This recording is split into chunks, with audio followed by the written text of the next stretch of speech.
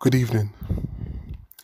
This video is going to be titled "The Truth is Hard to Hear," featuring Arsene Wenger. Now, obviously, I just have to do this video right now due to the state that Arsenal are in. And yes, obviously, Arsene Wenger is a Premier League legend. He's on the Mount Rushmore of the greatest managers within the Premier League era. Certainly in there.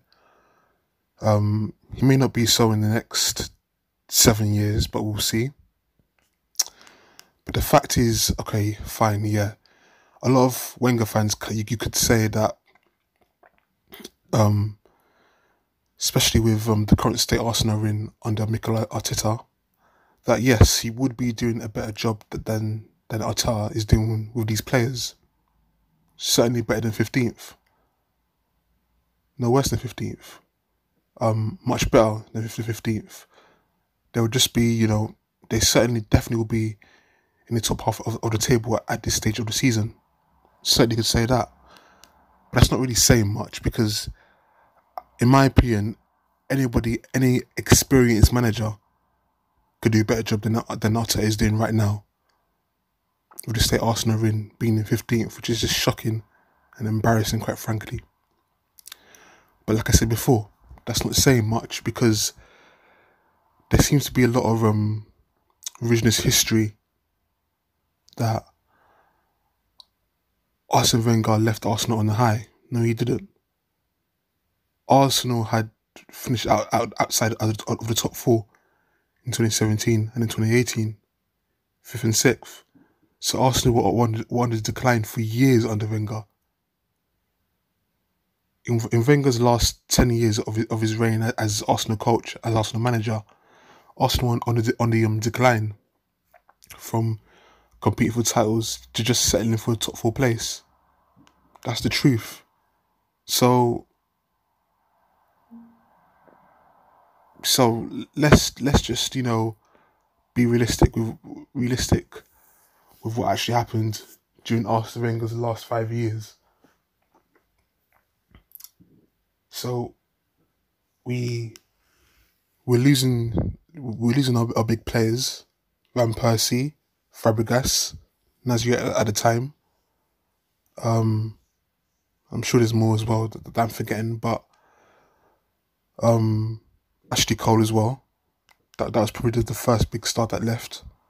So it was around, okay. Most of the excuse that I hear as to why Arsenal were on the decline was that Arsenal still paying off their debt after moving from Highbury to the Emirates. That's what I keep hearing. Well, that's what was said throughout all the years, when hardly any money was spent on transfers, even though I think in 2014 they managed to sign Mesut Ozil for 40 million around that fee, and then they got Sanchez the year after. So clearly the money was there, but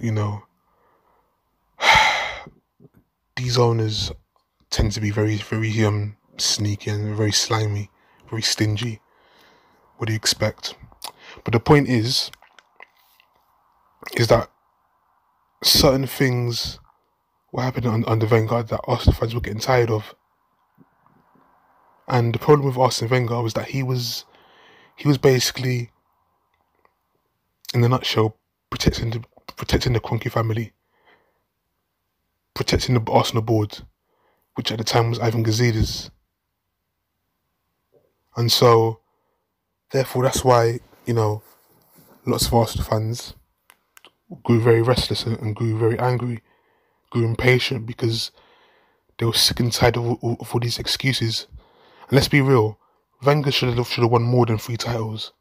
Should have won 6 easily. 2008, he could have won his title then. 2010, could have won the title then. And 2011, and also 2016.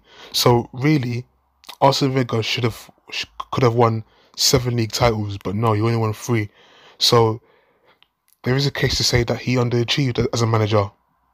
And of course, he never won the Champions League. Got to the final in 2006, but failed. He never won a European trophy, not even the Europa League or UEFA Cup, as it was then known, as it was formerly known back then. When we got through to the final in 2000 against Galatasaray, but lost. So clearly, as great of a manager as Arsene Wenger was, he could have achieved more. Period. That's why he's not highly regarded compared to Ferguson or Mourinho. And some would say Klopp even now. Klopp has arguably surpassed him. Arguably. And I mean, what's there to say really on this topic? I think there's just, because of the state Arsenal are in now, we kind of reminisce on the good years under Wenger. But at the same time, you could think that Wenger underachieved. No, don't get me wrong. Arsene Wenger is a legend of a manager. He's a Premier League legend for what he did at Arsenal. He was there for 22 years, from 96 to 2018. So there's no doubt that he's a legend. But at the same time, as far as I'm concerned, being honest, as I have to be, he underachieved. Could have won 7 titles. Should have won more than 3, certainly. Especially in 2016. That's the year when every team was kind of flopping. And that was the main opportunity for us to come win the league. But no. And instead that year, Leicester did the unthinkable and won the title. Won the Premier League. So, what can I really say? I think now there's this forgotten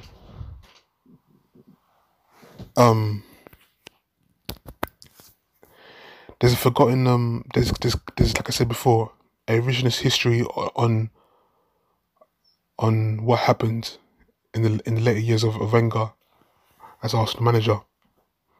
Yeah, sure, he won about 7 FA Cups, I believe. 7 FA Cups and 3 league titles. But surely he could have won more league titles and could have won a Champions League. Especially, 2006 wasn't the best Arsenal team because we were competing. That's the year when we started to fall into that trap of trying to stay in the top 4 that year, even though in 2008 and 2010 and 2011 we would compete for the title.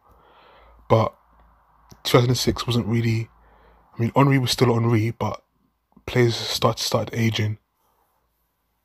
So 2006 wasn't really our best team. 2004 was actually the team, the Arsenal team that should have won the Champions League, because that was the same year as Arsenal did the unthinkable season, winning the Premier League unbeaten. So that's the case, and that year we got knocked out by Chelsea in the quarterfinals, a late Wayne Bridge goal. So it's pretty much I just feel like I had to share my thoughts on this because, I've already said, we're now, I think Arsenal fans, including, apart from myself, are clearly forgetting how things were under Wenger in his last years. They're just forgetting so easily because of the calamity and the abysmal state Arsenal are in under Mikel Arteta and Edu. So that's all I have to say. Just keeping things real. Given a realistic perspective on how things really were. nothing's ended, or pretty much a reminder. And yeah, that's all I have to say. Take care and God bless.